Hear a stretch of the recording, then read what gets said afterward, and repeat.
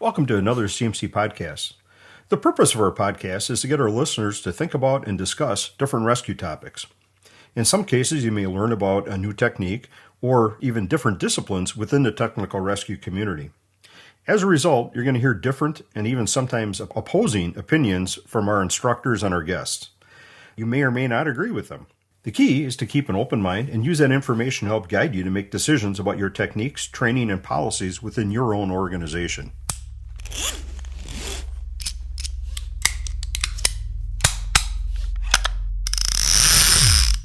Welcome to another CMC podcast. And as you've heard, joining us today, we've got Mark from Ronin Rescue, and we've got Chris from MEd-Tex Services. Right on. I'm Kelly Byrne from CMC, and we're going to jump right in with our first question here. Why even do a podcast? Like, what was the reason for starting it? Why continue it? And let's jump off there and see what we got. So, Mark, Chris, either of you guys got a take on that? Why do you even do it? Who wants to go first, Chris? Mark, you can go first. You're senior, buddy. Oh boy, thanks.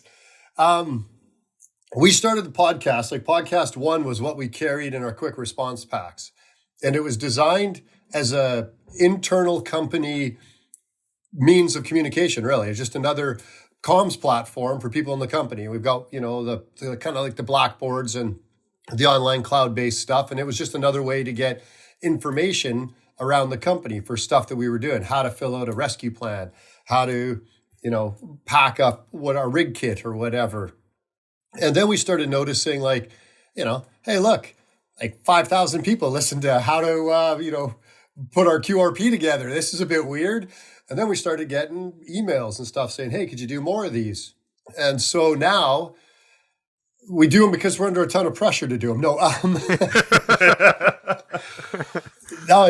think it's just a way now. It's the same thing. It's sharing that information across the industry. And I guess you kind of look at it and go, we're not huge, but we're fairly spread out. And the information that we need to get to someone in Ontario or in Belgium or in the United States is the same information that other people are looking for inside of their organizations. And so it just kind of became a natural fit to do into that. And then as we got feedback, people are saying, hey, could you interview some people that have done some rescues? Could you do something about this or do something about that? And as long as it's kind of remotely related to rescue, we've pushed through with it. And I mean, the last one we were kind of talking about before was the Gen Z podcast. A lot of, I call them kids, they're like 20 and up. But a lot of the kids that we've hired that want to be firefighters, that, so they're going through different processes and they're working for us, basically doing rescue standby work. They're like, hey, we want to get our opinion out there. And it's like, yeah, sure. This is the platform for it. So that's kind of what it's become. Awesome. Do you remember your first one that was like not internal only, or was it too far back? Like your first one, like, all right, this is for the world to see, or was it just too far, too many? I bet you it's maybe like podcast 5 or something. And I'm trying to think of what it might have been. Well, Chris is answering his question. I'll be able to find the answer to that, perhaps. Yeah, fair enough. It was just a curiosity. Chris, what about you? Why'd you start the podcast, and what keeps you going on it? It seemed like a good idea at the time until I started to realize just how advanced technology is compared to rescue. And then I said, what the hell am I doing? Amen, brother. And it can be intimidating. It really can. This was May 2 years ago, and the world shut down because of a little known virus that became COVID. And I said, what if we did this like Facebook Live thing for MEd-Tex? And I had this crazy idea. Let's talk to somebody about rescue stuff. Let's just, revenge of the nerds, man. Let's nerd out. And the alpha betas can be seriously hiding in their rooms watching us, and we can talk rescue stuff. And we talked a little bit about, but when I went to my boss with the idea, the look I got, was just like, you want to do what? Live? I'm not comfortable with that. So we kind of really had to figure out what that would look like. One thing we didn't want to do is, I didn't want to do just another podcast, because to me, I didn't feel there was any value to that. There's plenty of other great podcasts out there. I'm not trying to take away from that. It was, what can we do a little bit differently to get us through, coronavirus, because everybody was home. And, talking to a friend of mine, and they're like, what if you just do this, just jam session? So I reached out to a friend of mine in western part of Pennsylvania who does tech rescue. And I said, let's talk about some knots. Let's take some pictures. Let's just talk about something cool and controversial. And, we'll stream it live and see what kind of questions we got. And that kind of evolved. I went back to my boss and I said, there's like people actually watch this live, like they were home watching it. Now we started putting together a plan about how we're going to do this. And like, I kind of like, Mark said, he gets a lot of pressure now. He has to do it. One thing that scared us is how do we keep it going? Because we got a lot of good feedback. Yeah. And the problem though is doing it live, because you really don't know who's going to say what, how they're going to comment, and you want to be mindful of that and hope to God people are going to be responsible enough. But I went back to my boss, and I think selfishly, everybody does a podcast for whatever reason. At the end of the day, I think it's good marketing for the companies that do it. I think it's a great tool to get information out there. But one of the things I thought would be interesting is what if we did this podcast and I had conversations with competition? Nobody's doing that live. Because we can talk about dirty stuff, not give away proprietary secrets or company secrets, and still talk about this stuff that's cool. And when I had Kelly on, we talked about the aerial ladder one, which I knew was going to be a hot topic because I started following the SEOs and, the people that were following it. That was the biggest following that we had. And it was just like, wow. The problem with doing live, though, is, you pick a date and time. You got to do a technology check ahead of time, and you're going to go live. There's no chance to stop and go back and re-ask the question or do this or do that. And that was really nerve-wracking for me because I'm like, oh, I don't want to screw the pooch on this one. One of the things I did learn, though, when we were looking into this was that, you have good video, you have good audio. If those two things are not great, people aren't going to follow the podcast. So that's really what kept us going. And we did a survey to find out what was realistic. And there's folks that are doing podcasts now that are doing live ones. I don't want to get into who, but some of them like 2 or 3 hours long, and that's just too long. So we kind of figured out about an hour. I listened to Ronin's, your CMC. That hour is around that good time frame where you don't lose people if they're driving to work or from home and that sort of thing. And you can touch a simple subject and then move on. So the live has been great. We don't have 10,000 viewers every time we do it, which is great. But it takes a little bit more planning because you don't get a second chance to make a first impression. True enough. Do you guys only do live, or do you do you put them up right after you do the live ones, but do you do pre-recorded as well, or just the live? Just stay in that market. So I had to do a pre-recorded once with the manufacturer that didn't want to do it live, and that was they had to edit it.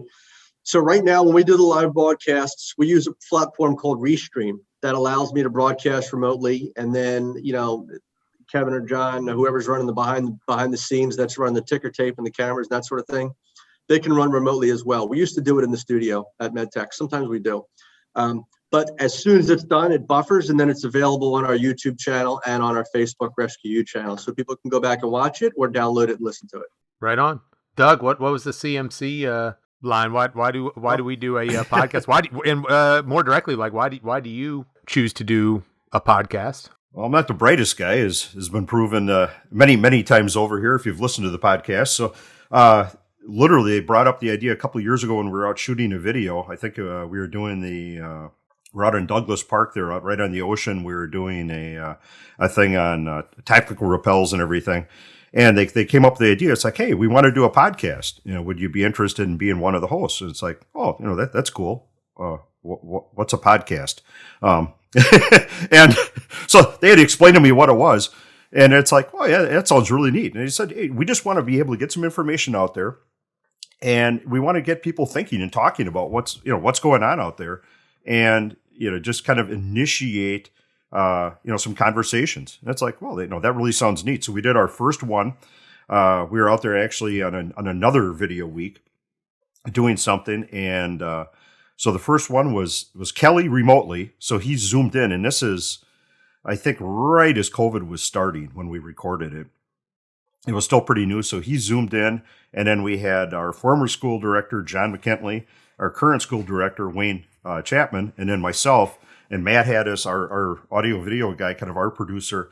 He's got us all, the three of us are on site in Santa Barbara, all mic'd up and, headphones and, all this stuff. And it was kind of intimidating. They said, yeah, if you, since you're going to be the host, you get to pick the first one. So I think we did one on like training competencies. And Kelly and John and Wayne were awesome. I mean, they were, they were just naturals. And I had this outline and I'm going through, I kind of prepared for it like I would a class. And, so Wayne, what do you think about that? And it was, my part of it was bad. These guys were awesome. Well, we got all done. And Matt and our marketing directors, kind of standing there and they're looking. And, well, of course, just like, we always do, beforehand or afterwards, everyone stays on together and we just start shooting the bull. And I look over just out of the corner of my eye, I see Matt and our marketing director, Vicky, looking at each other. And they're kind of like, can you guys do this?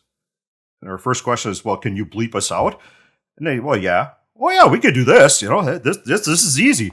And it kind of took off from there. And then, Kelly, hosted a bunch of them. And I learned a lot from him, just learning how to relax and, be a little bit more conversational. And 3 9% beers usually. It's like 1 in the afternoon now, and I got to pick up my girls. I'm drinking water, unfortunately. But hopefully, I can relax still. Isn't that all your beer down there? 3.9? Never mind. What? No. This is 9%. This is real beer, man. You can't stand a spoon up and it won't hit the side kind of beer. So I think one trivia question here or a trivia fact for everyone is Kelly is the only one who has been, I think, on all three on all three platforms here. Oh, well, there you go. I'm quite the I get around. Nah, cool. That's man, awesome. Hey Kelly, to answer your earlier question, I took a quick look while we were waiting there. Oh, right on. Podcast 4 and 5, we were presenting internally, but with the understanding that it was also to an external audience. Oh, cool. And by podcast 6, it was all external. Oh, righteous, man. That's that's super was pretty cool. quick turnaround. Yeah, totally. I mean, and obviously there's some value in doing it for, everybody. It's probably hard to gauge, I would imagine, as a company, but like it's because it's such a niche thing, a podcast talking about rope and rescue. Like there's enough rescuers, but I guess when you start getting into the weeds, like it's, how many do you lose and how many do you gain on that? I don't know. I think it's cool though. Like that's the one interesting thing for me is it's so niche, and I try to be very specific about things, like a lot of podcasts are, not rescue wise, but like it's just generalities. But I mean, I think if somebody's choosing to listen to Ronin or RescueCast Live or CMC, like they want the friggin' dirt, man. They want the behind the scenes, and I definitely try and keep that in mind. I got notes on that I put on the top of every notes sheet I take, but it's always that like, be like ultra specific and then, trying to make people laugh without telling filthy jokes. So, yeah. Cool. That's awesome. That's a pretty cool. I think there's a lot of common ground for why people are doing podcasts. But that's neat. I never considered the internal stuff, Mark. It's a pretty awesome way to communicate with your employees. That's good stuff. Cool. What's the next question? Well, I guess if you want, I'll kind of What do you like most about doing the podcast? I think we kind of maybe covered that a little bit, but. So Mark, what have you found to be the most interesting part? I actually learned. When we were doing these internally, it was more me just spouting off stuff to staff. But as we've gone out and like the one podcast I've got teed up in the queue that I'll put out in a couple of weeks here is with Kathy Gill from Tower Safety. And I'm chatting with her. And I mean, I've done a little bit of tower work, but I'm no cellular or, antenna expert. My towers are usually tower cranes. And so to have conversations with her and, the little tower rodeo that they put on and stuff like this, it's really interesting to learn, like to get feedback. And you can see that crossover between our industry and rescue. Yeah, that's outside of here. Yeah. Joy. Yeah. I just left work. But anyways, the crossover between our industry and these other industries. And she's talking about these rigging plans, and without, throwing too much into the podcast next week, and they're talking about, angles and how they have to lift stuff so they don't, tip trucks over and things. And it's like, well, that sounds a bit more extreme, but almost like a critical system analysis for us. Well, we look at angles and, hey, are we going to rip this anchor out, or, are our gear strong enough for what we're doing there? And it's, those light bulb moments when you do these podcasts with people that you don't know, like when I had Kelly on, it's one of those things where it's like, I'm learning something. This is great. I'm taking notes, and then I'm asking questions based on these notes, because I feel if I'm learning something and I have those follow-up questions, probably the people listening do too. So that's what I love about it, is just learning those things. Right on. Chris, what about you? I want to kind of chime on what Mark said. Mark, it's funny you say that, because the rodeo 2 years ago, when me and Kevin went there, we learned more about tower rescue in those 2 days than, and believe me, I'm not knocking anybody that teaches tower rescue. Let's make sure this does not get edited out, because this is a sensitive subject. And, we had Kathy Gill on live last February, because it was like, Mark, you're exactly right, is, one of the things I think is we teach firefighters rescue because we learned those skills from other firefighters or rescue technicians, right? And the tower world, the rodeo, learning the lifting portion alone, rigging calculations, was like, oh my God, how have we never, I don't want to give it away, but how have we never thought about this? Because we're so used to doing it on a crane that's designed for those forces, or a building that's not going to move. And, doing these sessions, the good thing about a live session is you never know where it's going to go. The bad thing is you never know where it's going to go. So, it could be a little of both. But what I love about it is, and I'll go to, is you get to facilitate conversation down a direction where, you may not know a lot about and you want to learn more. And then you're hoping people are going to chime on and ask questions and facilitate. I like to say there's always the guy in the room or the girl in the room who takes a class with their friends, but they're afraid to raise their hand and ask a question, right? Because let's get done early, or let's sit in the back. And, my friends know me by now. If we take a class, they know I'm going to ask a lot of questions, and I want to sit where I can get the value from it. So I think the live stuff allows people to come online and, and really engage and ask questions where they may generally be afraid to. And that's what one of the advantages to a live one is. But again, the disadvantage to a live one is you can't go back and re-edit. You can't change things. I know, Chris, I intervene a little bit. I mean, when I was on with you, I like having done these in the past, right? And I try not to edit our podcast. I want that kind of that real feel to it. And you doing it live, I remember, I'm trying to find a cell signal. I'm in the middle. I'm up at Mothers trying to get line of sight to some freaking cell tower, because I know what a pain it is for you to not be able to have that piece, right? Oh, I panic. I panic when technology doesn't work. And I got a call from somebody after the podcast, and they were just like, I effing love that one. I'm like, what? Like, he turned his phone around to show us deer because he was on the side of a road. That's the best cell signal I could get. He stopped training with his bros and Kurt to come do a podcast with you, and there's like bison or deer.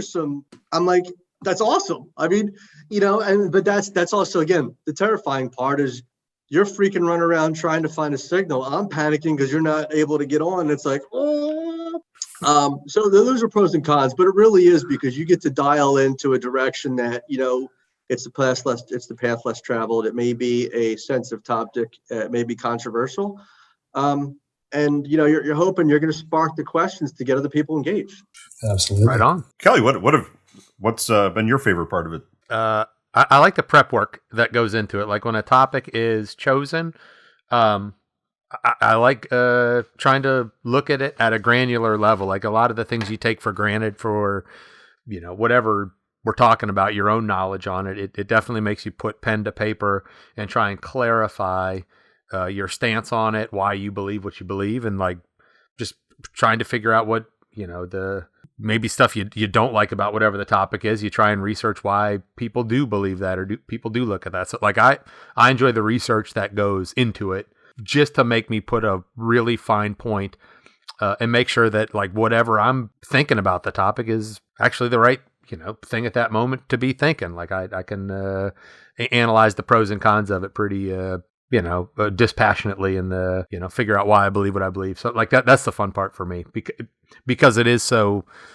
such a focused podcast usually that it makes you do that. And I really dig that. What about you? Yeah. Well, and I got to tell you, kind of along the same lines of Mark and Chris, there's the learning opportunities. And we've done some where it's been more like an interview type podcast.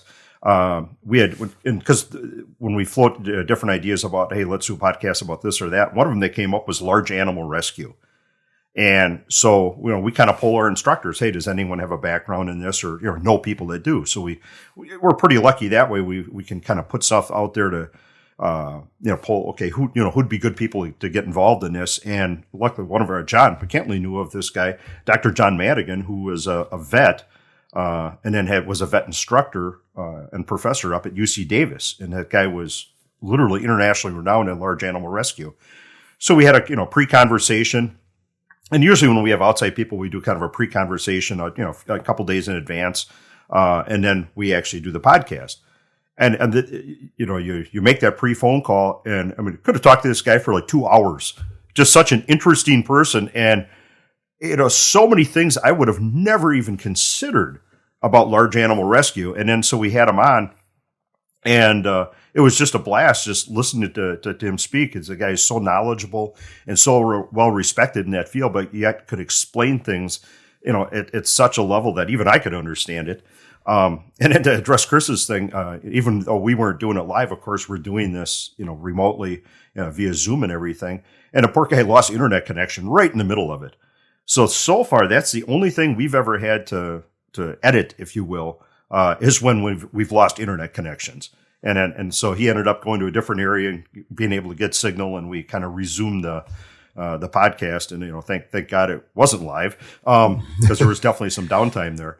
But yeah, to me, doing things like that, where we just did one on cave rescue, and we had 4 really, really good cave rescuers that we met out at Eiders, and they did an awesome job. And some of these specialties, I really enjoyed yours, Kelly, that you did with the bailout systems. Oh, right, with Dale, yeah. With Dale, yeah. I mean, he just awesome, It just really makes you think about, maybe specialties or whatever that we may not be involved in, but it kind of gives you a glimpse into different portions of technical rescue, and I think it opens up your mind. So talking about the live part, the interesting thing I didn't think about until this is Mark was the first podcast or live stream that we did where there was a signal issue, and we lost them a couple times. There is nothing more nerve-wracking than being live with no one to talk to. Yeah. Hello. We lose them, and I'm like, Anchorman, stay classy, San Diego. Let's talk Sussex. Okay. And then like Mark comes back on, and it's like, oh my God, thank God. And then we lose them again, and it's like I'm staring at a blank teleprompter. That's the worst part about it. So, I have a secret script I have available now. So if that does happen again, I can just keep on going with that script. So, but you've learned, that's learning. 2 pages of Sussex. Wise move, yeah. Yeah, totally. What were you going to say, Mark? You had something? I was just saying, I mean, just to go off Doug's comments there, I think this is why, I listen to all the podcasts and learning this stuff. We were competing in a Grimp one year, and you talk, large animal rescue. We show up, and I think it was 2015, and they're like, okay, your scenario is, and the guy's got the French accent, and he goes, a 350 kilogram horse out of the river. And we all look at each other and go, did he just say we're lifting a 350 kilogram horse out of the river? Nah, he must have translated that wrong. But back then, these platforms were not available. Like, we're all looking at each other going, does anybody have a free, so they had a fake 350 kilogram horse. And it's like, and we're coming from the fire service, right? Like, the big, 600 pounds you're pushing at the edge of the world, right? Yeah. And we're like, yeah, but so to have this information now, to be able to listen to these and pick up information from other people and gain that experience is huge, even for someone, that's like me, that's been around a little bit, to listen to the different podcasts, with Chris and with you guys, and just be able to pick up some of that stuff. I remember listening to one of Chris's live. I was sitting on the porch of my house, and it was almost a screaming match. Like there must have been 4 or 5 people on text in the background around it. I can't remember what it was on now, Chris. But yeah, it might have been Small Rescue Systems or something like this. And yeah, you know what I'm talking about now. But it's just wicked to see this because you're learning so much, not even from doing them, but also listening to them. Well, if it makes you feel better, when the gentleman said that, I'd be there like the dumb American trying to calculate how many pounds is that? Yeah, totally. I'm looking now. 350. I don't know. It's a lot. 771.6 pounds. What was the first number? 771. Oh, right on. Yeah. That's a lot. That's a lot. Yeah, I still would fail at that, I think. As long as you use half-inch rope, you'll be fine. And G-rated carabiners. We did. Yeah. Dude, I got a whole host of them behind me. The any downsides? Any is there anything you don't like about doing the podcasts? Doug, you got any pertinent negatives on that, or? Well, it's kind of a kind of both sides of it. The lack of, you don't get the immediate feedback other than just your gut feeling of how it went. When you're talking to the person, and then sometimes it's it's been as little as a couple days versus a few weeks. Or a little bit longer before we actually release the podcast sometime. And then, you see some of the comments and, some are really good, and it kind of helps drive other podcasts. It's like, oh, hey, this is, we always come up with other suggestions. It seems like every time we do a podcast, we come up with an idea for 2 or 3 more. Sure. But sometimes, you got, you always get your trolls out there that, that comment on it. It took me a couple times, a couple of podcasts and a couple of videos to kind of get through, being able to ignore that stuff and just moving on. But, now it's just like, whatever, but yeah, I think sometimes the delayed or lack of feedback, can be frustrating. Cool. Mark, what about you? Any negatives? Yeah, just before I get into that, I just want to comment on something Doug said there. Right up. You don't know about the feedback. And so we did the Gen Z one, ZZ podcast with the kids. And I'm over at a friend's house. And one of the other people there is like, oh, hey, yeah, she's a university prof. She goes, oh, yeah, I listened to this podcast. She's telling me about it. And I'm like, yeah, I'm just going to shut my mouth over here. Like just a totally weird, feedback loop that just is right. She's a university prof, totally outside of the rescue world on this. So you never know where this stuff lands. Yeah. But as far as the frustrations, tech is always a frustration. I find a lot of times, like, we don't put a YouTube up with the videos because of the buffering. And maybe it's me talking to America or overseas a lot of the times where I'm living. With the video, the buffering goes so bad that we can't even get audio sometimes. And that's frustrating when you're sitting here going, we're all talking to first world people in first world countries, and these are first world problems, yes. Sure. But I'm paying a lot of money for this internet connection. Yeah, for sure. And then the other one, as you mentioned, is some of the social media with the trolls and whatnot. And if anybody can take stuff away from some of this, is think about the context. If you've got a legitimate question, I'm more than happy to legitimately answer it. But a lot of the context, it's like, yes, I do realize there's other ways to do this. Thank you. Right? It's Totally. Yeah. No. Chris, negatives? It's live. So, it's a double-edged sword. I think one of the things that that's frustrating about doing a live session is I've gotten some, trolls. I'll get some of those emails. I made a comment once about equipment failure based on a research study I've done since 2012 with rescuer safety and training that I've presented at FDIC, at ITERS, a number of conferences. And the feedback or the research is based on the research. The research doesn't lie. So I had somebody send me a message after I did I made a comment about, half-inch rope isn't going to explode at the 10-year and 1-day mark. A 40 kilonewton carabiner is not going to explode if it falls 5 feet from your hip. So I got some negative emails about that, and I responded back. And part of the frustrating thing is, well, why don't you ask these questions when I'm live? The live platform allows that feedback, and I can stand behind the research and I can answer the question. But right now, what are you doing? You're a Facebook rescue technician. Sure. That's what I call them. You're in your basement. You're waiting for Ma to bring you the meatloaf. You're on criticizing what everybody's doing. That's the worst part, I think, about that is, you want these people to provide feedback because you're live and ask questions because you want the world to see what else someone else is thinking, Sure. and you may want to respond to that. Yeah. That's probably the most frustrating part for me. Next to the downside to a live stream is we pick a date, and I got to set up a technology session with them to make sure that their technology is working. I have to have them do a technology session where they're going to be broadcasting from, make sure the audio and video is good. We do a session a couple days beforehand, go over the script, and then we log on a half hour beforehand just to work out any kinks. That's probably the most frustrating part about doing these is I don't know that I would say there's more effort into a live versus a recorded, but it's a lot easier doing a recorded where, if I can't do it today, can we do it tomorrow? Sure. If you're doing it a month or 2 months out. Yeah. That's kind of neat though. Like the back end of all this, you listen to most podcasts, like, oh, holy cow, that went easy, like 45 minutes, bing, bang, boom, like it's great. And then you hear the back end of it, you're like, holy crap, that sounds like, that's work and difficulty, right? Last February, not this one, last year, again, back to Kathy, we were out doing a week of development out there at her site after the first rodeo challenge. And the plan was to broadcast live. And that was my first remote broadcast live. Here's some advice for people out there that want to embrace live streaming like this. Don't.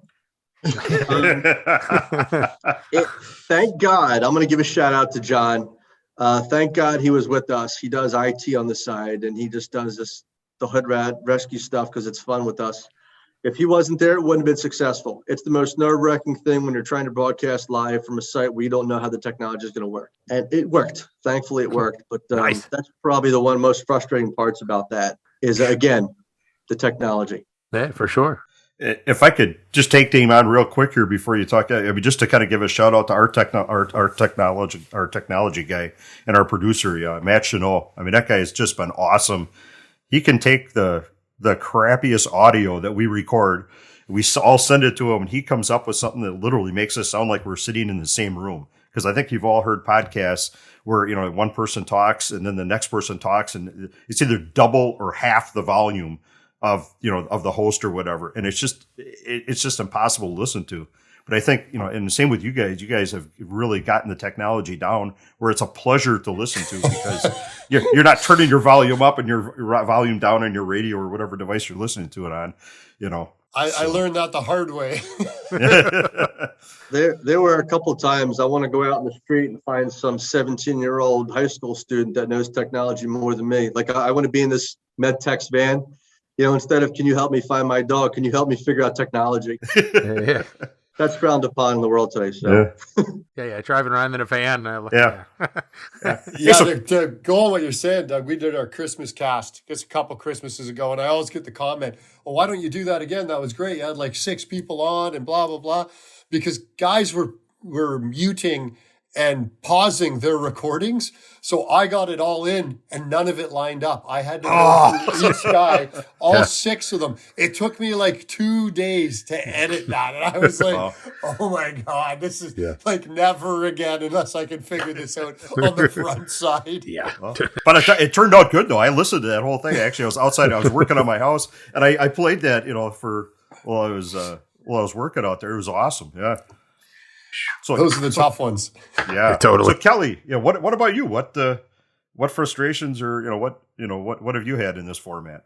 None. I'm a chump. Like I just I'm a low level guy. Like everybody here's got some some work to do. I just because our guy Matt is so good and whatever. Like I'm not running this podcast. I show up with a topic and some research and go for it. So like my frustrations are very few. Like I figured out the tech reasonably well and easy. But I don't have to deal with the back end stuff in my position with this. Like I see a couple questions in emails, but not the bulk of it. So my frustrations are very few. Like I just want to make sure it's moderately entertaining and that I can, keep my swear words in check. Like that's about my most frustration.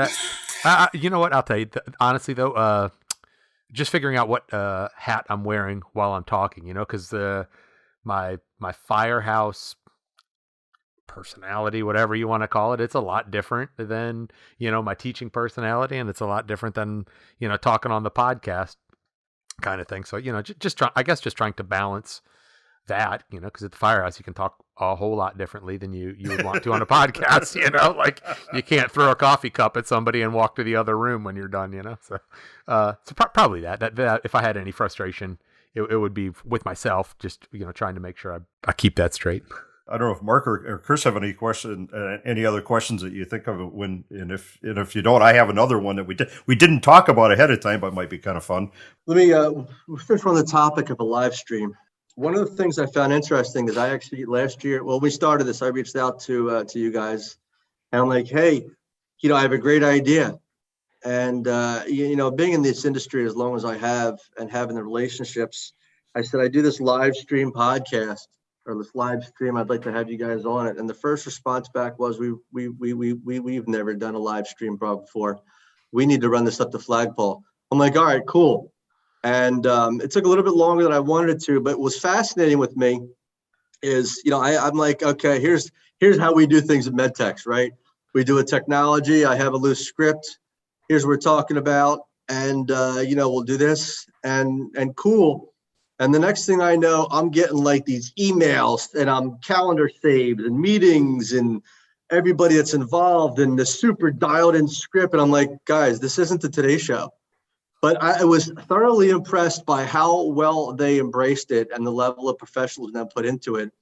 I truly think you guys put more effort into making sure that you look good than I did. You made me look good. I will say that, with the audio and that sort of thing. But it was, we had Leroy on, you're coming from Philly and talking with folks from the engineering department in California and Leroy in Wisconsin. And, it could go a variety of ways. To Kelly's point, you kind of have to, the worst part about facilitating a live broadcast, or actually any stream, I think, Mark, you see this as trying to stay on track. It's so easy to go down the road. And I think our job is just to facilitate the topic of conversation and then keep it going. Yeah, it's interesting you say that, because we've ended up with several part 2s that we weren't planning on, and we even ended up with one part 3 when we started Myths. Yeah, that ended up being that took 3 episodes to cover. I don't even think we scratched the surface at 3 episodes. Cool, make it a 4th. What about feedback? Like, if any feedback you've received that's caused you to change either the way you're doing rescue or the way you're presenting on the podcast or what you're presenting on the podcast? Chris, have you gotten anything that's like really rocks your world feedback wise? I wouldn't say rocks my world. I think, the feedback I've gotten is that people like it. I don't have 10,000 people watching it live, thank God, because that could be very interesting. There's a lot of views after the fact. The feedback is keep it going. I know it's hard to continue it because you're like, what do we talk about? At some point, you may run out of something to talk about. And you're like, well, do I talk about what I keep in my gear bag, like Mark talked about? Do I talk about what MEd-Tex? What do we have on a regular job site? What information can we share with rescuers? I think that's the biggest thing, is how do you keep it going without regurgitating the same thing? And it could be myths. It could be talking about the same subject with different people and how they do different things differently. We took a hiatus. I had military duty. I was gone. And then, there were a couple line of duty deaths in my fire department over the summer. So we took a hiatus and, we started back up this month. But I think it's just keeping it going with material that's going to keep people interested. Yeah. And I could be wrong. Maybe everything's interesting.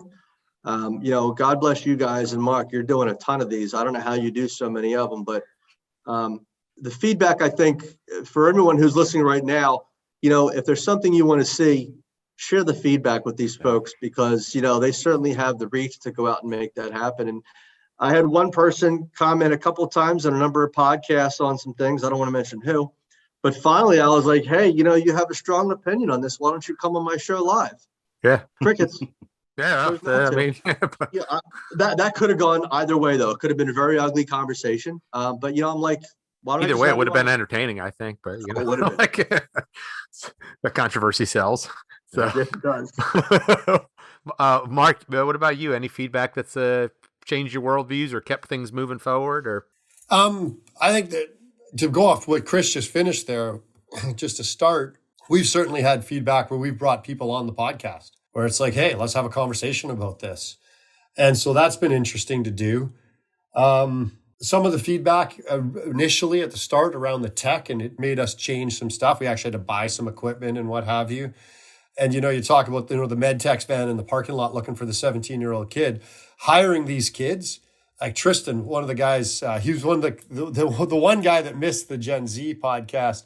He's like, oh, yeah, we get this, and I'll get you this software. We'll split it and blah, blah, blah. And I'm just like, yeah, just make it work, right? But yeah, congratulations. You're not doing rescue standby 1 day a week now. You're working in the office.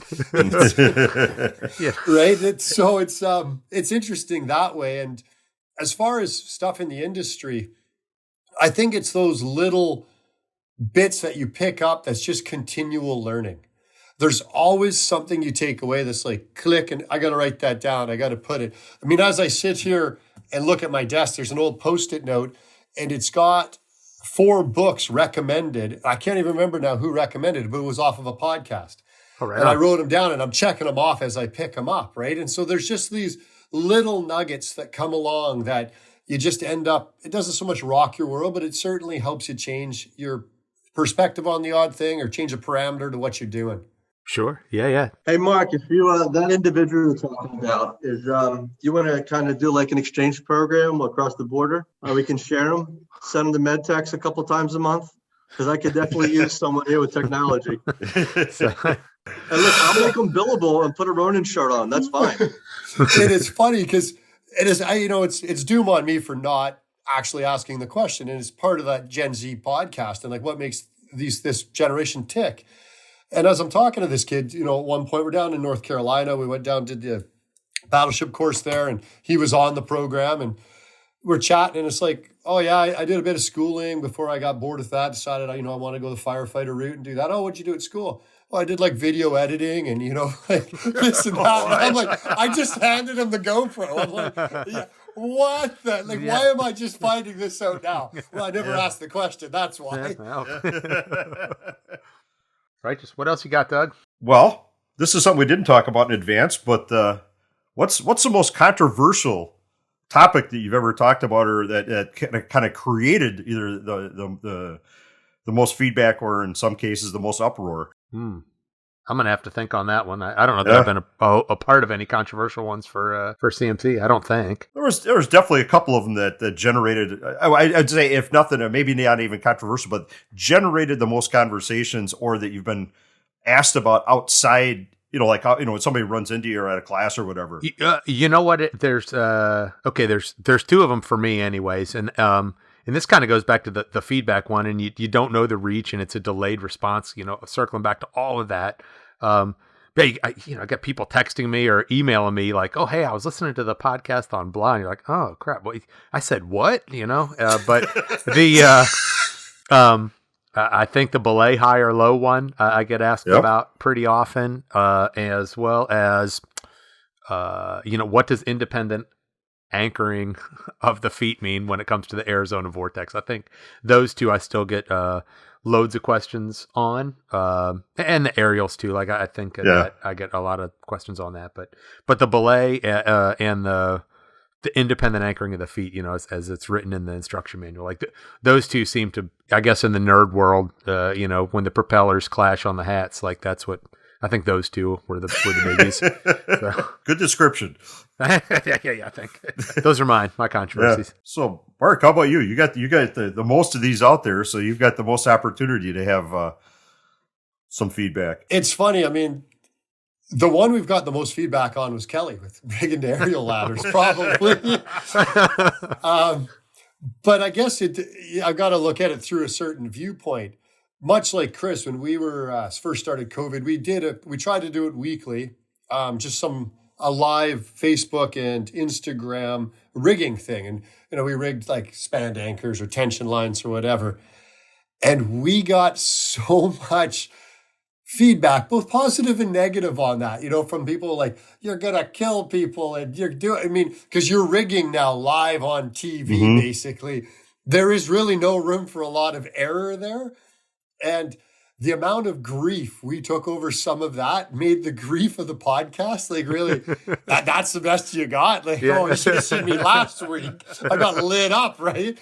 But yeah, for us, I think the best part of it is the people that have asked questions, we've just said to them, why don't you come on and have a conversation about it? If we're wrong, come on and have a conversation about it. And we've really had to take a hat off and say, yeah, it's the Ronin RescueCast, but it's not. Yes, we get marketing out of it. There's no two ways about that. But if you want to plug something else, plug something else. If you want to talk about something else, talk about something else. It is not proprietary to us. And I think that's where, when we made that decision many, many podcasts ago, it kind of changed that angle, because it didn't become so personal to people, because people got on there and they could say what they want. Oh, I think this is crap, right? And the next guy gets on there the next day and goes, well, I disagree. Well, good. Then, we're just going to try to take a neutral stance on this, right? And so that's what I think. And that, a lot of that came out of that initial videos that we tried to do, where it was like, wow, like, we're getting lit up here pretty good, and it kind of takes you down a certain path.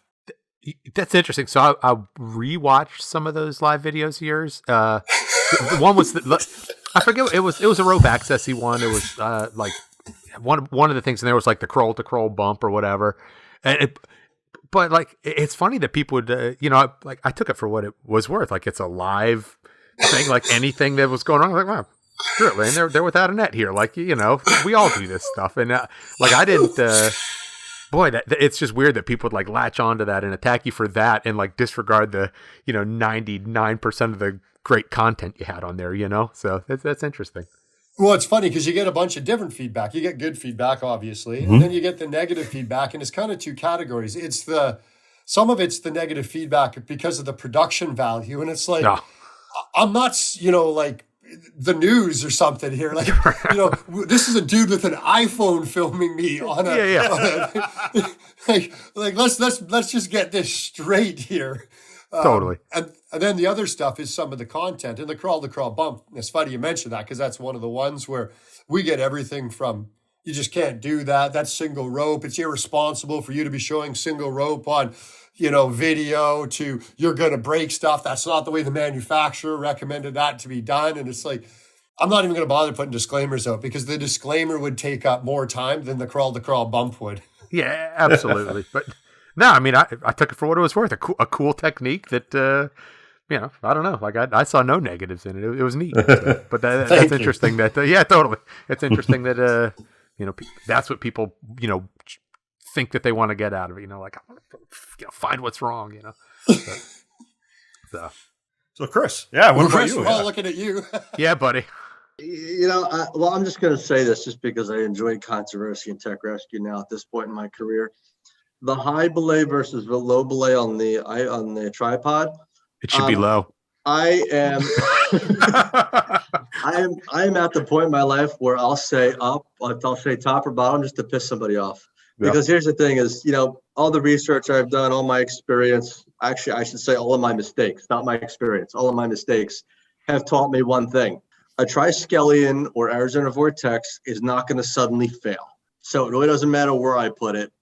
And maybe that's a topic we talk about. But I'll be on that one. Oh, maybe I'll have you guys on and we'll talk about that, because, at the Fire Academy, I'll teach why you want to go low. Yet here at MEd-Tex, it's not uncommon for us to say, just pick one. Yeah. Like, at the end of the day, it really doesn't matter when the grand scheme of things, and when you put so much redundancy, if you will, into it. And, that gets into, are we rigging to rig, or are we rigging for rescue? That's a whole different story. So, yeah, what was the question now? I see you got me off topic. So what was the controversy? Like, what controversies, what controversial topics have you been involved in? I haven't had a whole lot because I've been trying to tread lightly doing a live program. I I think, having you on with the aerial ladders was probably the most controversial. And again, I think we knew it was going to be like that from day one. Right. From your presentation items years ago and the varying opinions out there. And my opinion has actually changed 3 times. Yeah. Based on, the conversations and feedback and, what aerial ladders are now saying. Well, what some manufacturers are starting to say you can do with their ladder versus Sure. what, years ago.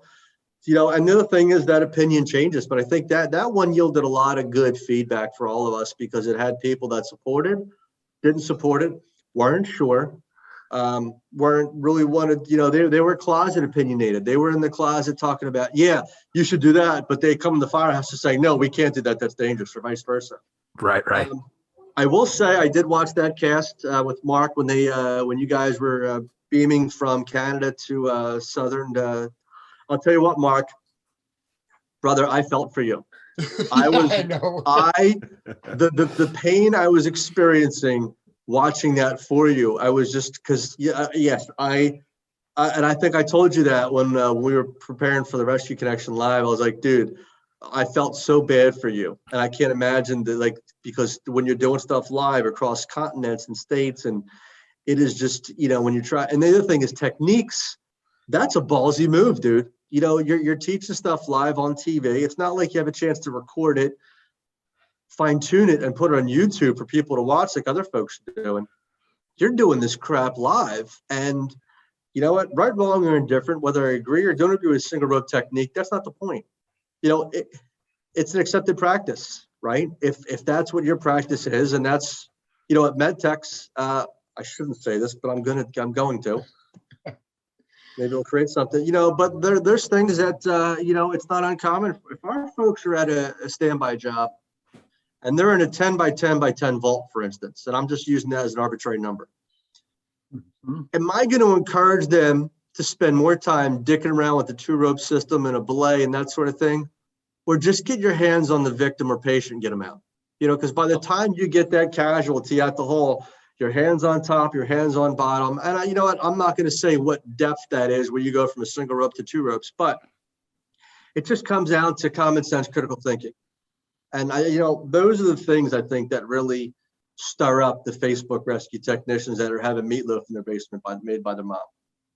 Well, I guess to push on that a little bit is where we got lit up the most was cantilevers on tripods. Oh, yeah. I remember that one too. I posted some stuff overseas, and it's funny, what shut a lot of people up is I did a massive explanation to put the math in there, and then there was crickets. There wasn't even a comment.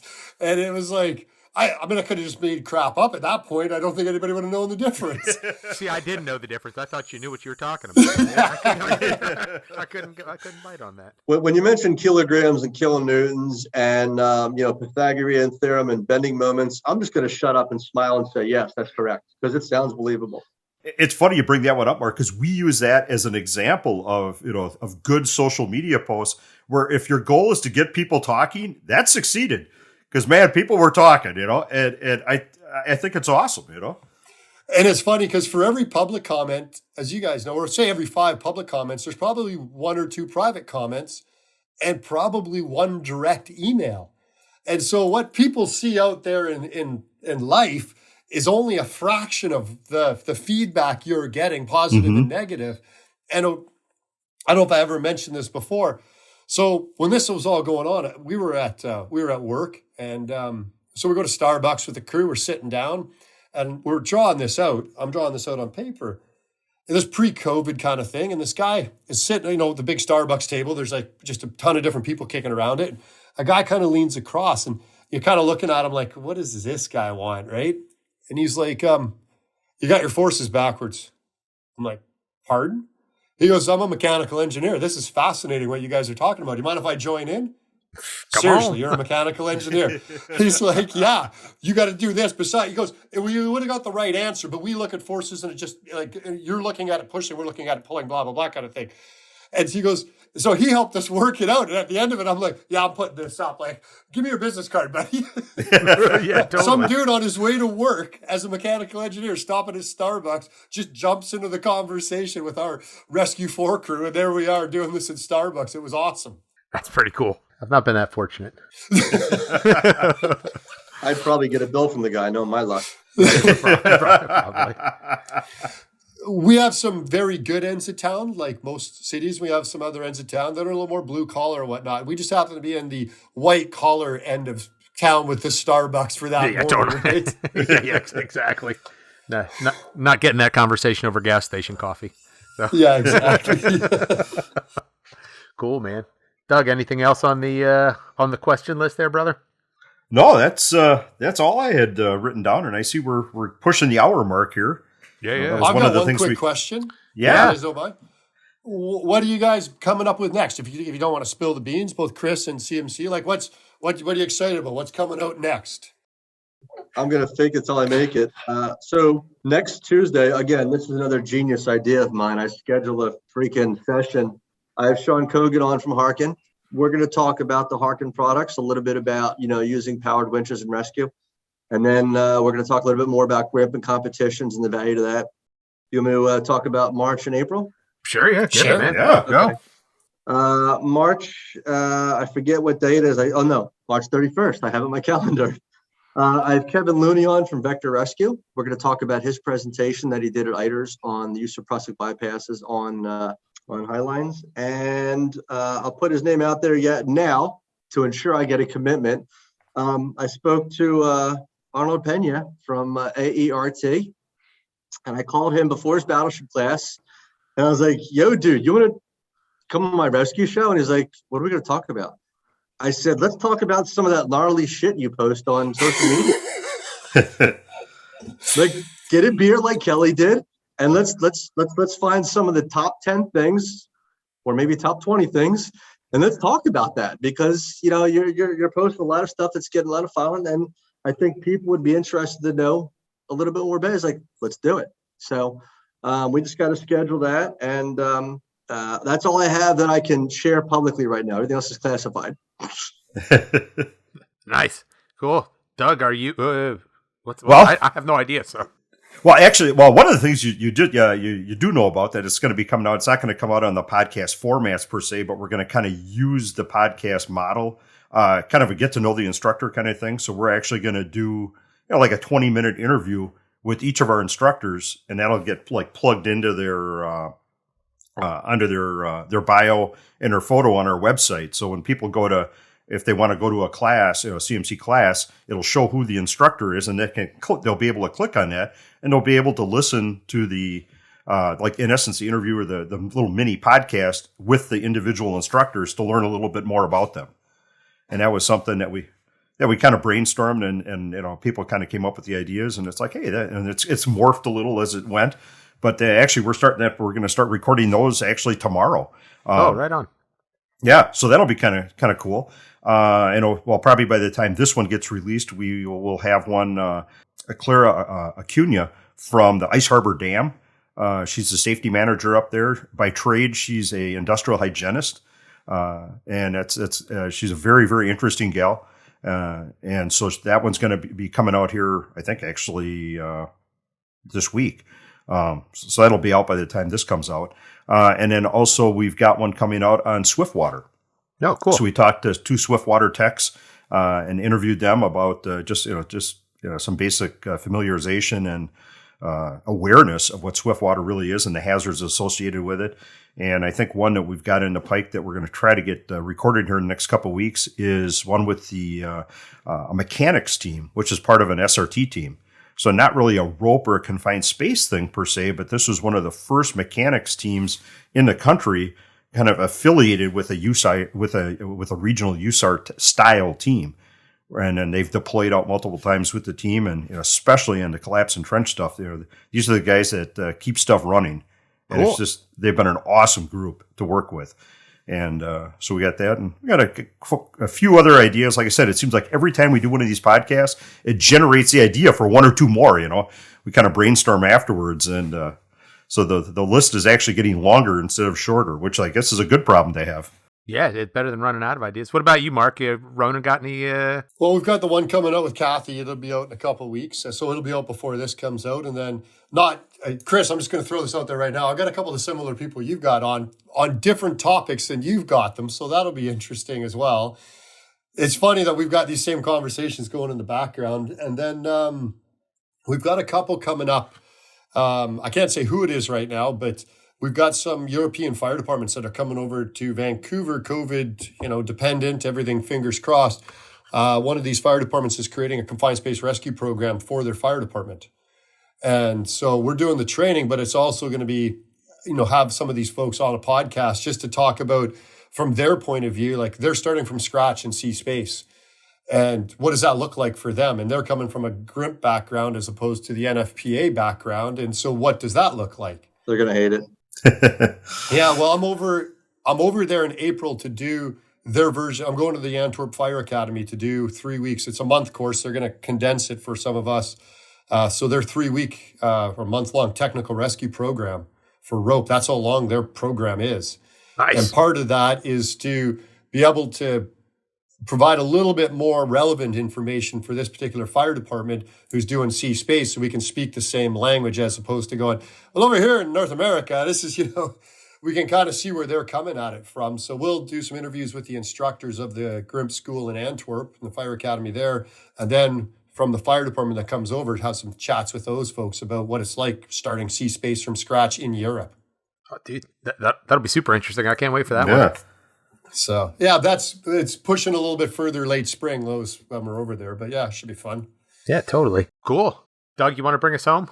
Well, actually, one of the things too, and Mark, you just brought it up, that you'll see sometimes the same names on different podcasts, different formats of podcasts. And just because you heard the person on one, don't rule out listening to on the second or even the third, because you look at some of these people that you've interviewed.